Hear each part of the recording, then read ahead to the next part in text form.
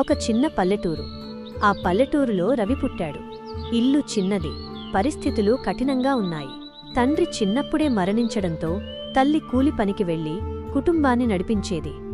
ఒక ఉదయం రవి తల్లి దగ్గర కూర్చొని ఆలోచిస్తూ, మా మే కుచ్ కామ్ కర్నా చాహతా హూం. అమ్మా, నేను ఏదైనా పని చేయాలనుకుంటున్నాను. తల్లి అతని ముఖం చూసి నెమ్మదిగా అంది, బేటా మెహనత్ సే కభీ మత్ డర్నా.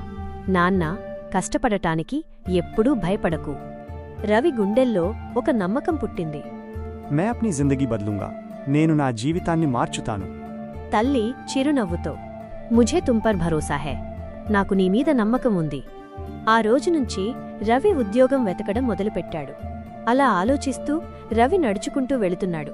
అలా వెళుతూ ఉండగా మార్గమధ్యంలో తన స్నేహితుడు కలిశాడు.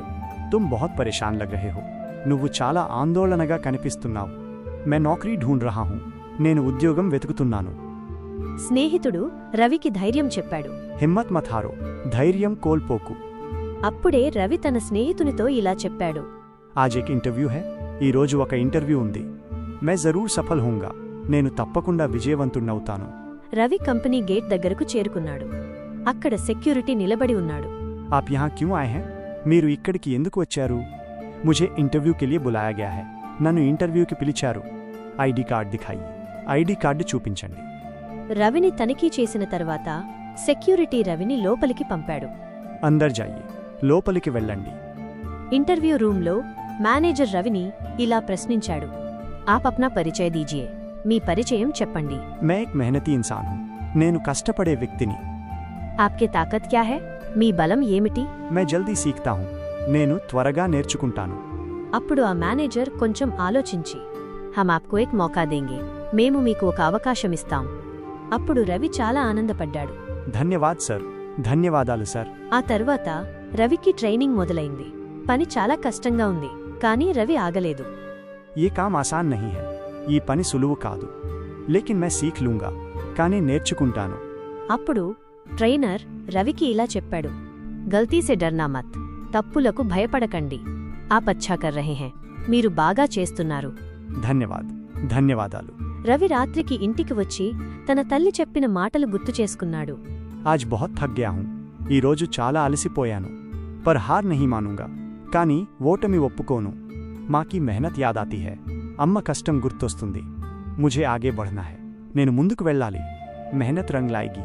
కష్టం ఫలితం ఇస్తుంది. కొన్ని నెలల తరువాత రవిని మేనేజర్ ఆఫీసులో తన రూంకి పిలిచాడు. ఆప్కో ప్రమోషన్ మిలా హై. మీకు ప్రమోషన్ వచ్చింది. సచ్ మే? నిజంగానా? ఆప్ ఇస్కే హక్దార్ హై. మీరు దీనికి అర్హులు. ఆజ్ మేరీ మా బహుత్ ఖుష్ హోంగి. ఈ రోజు మా అమ్మ చాలా సంతోషపడుతుంది. ఇంటికి వచ్చిన వెంటనే రవి తన తల్లితో, మా ముఝే తరక్కీ మిలి. అమ్మా, నాకు ఉద్యోగంలో ఎదుగుదల వచ్చింది. తల్లి చాలా ఆనందంగా, ముఝే తుమ్ పర్ గర్వ్ హై. నాకు నీమీద చాలా గర్వంగా ఉంది. యే సబ్ ఆప్కీ వజహ్ సే హై. ఇది అంతా మీ వల్లే. చివరగా రవి మనసులో, సప్నే సచ్ హో సక్తే హై. కలలు నిజమవుతాయి. బస్ మెహనత్ కర్నీ చాహియే. కష్టపడితే చాలు. గరీబీ కమ్జోరీ నహీ హై. పేదరికం బలహీనత కాదు. హిమ్మత్ సబ్సే బడీ తాకత్ హై. ధైర్యమే పెద్ద బలం.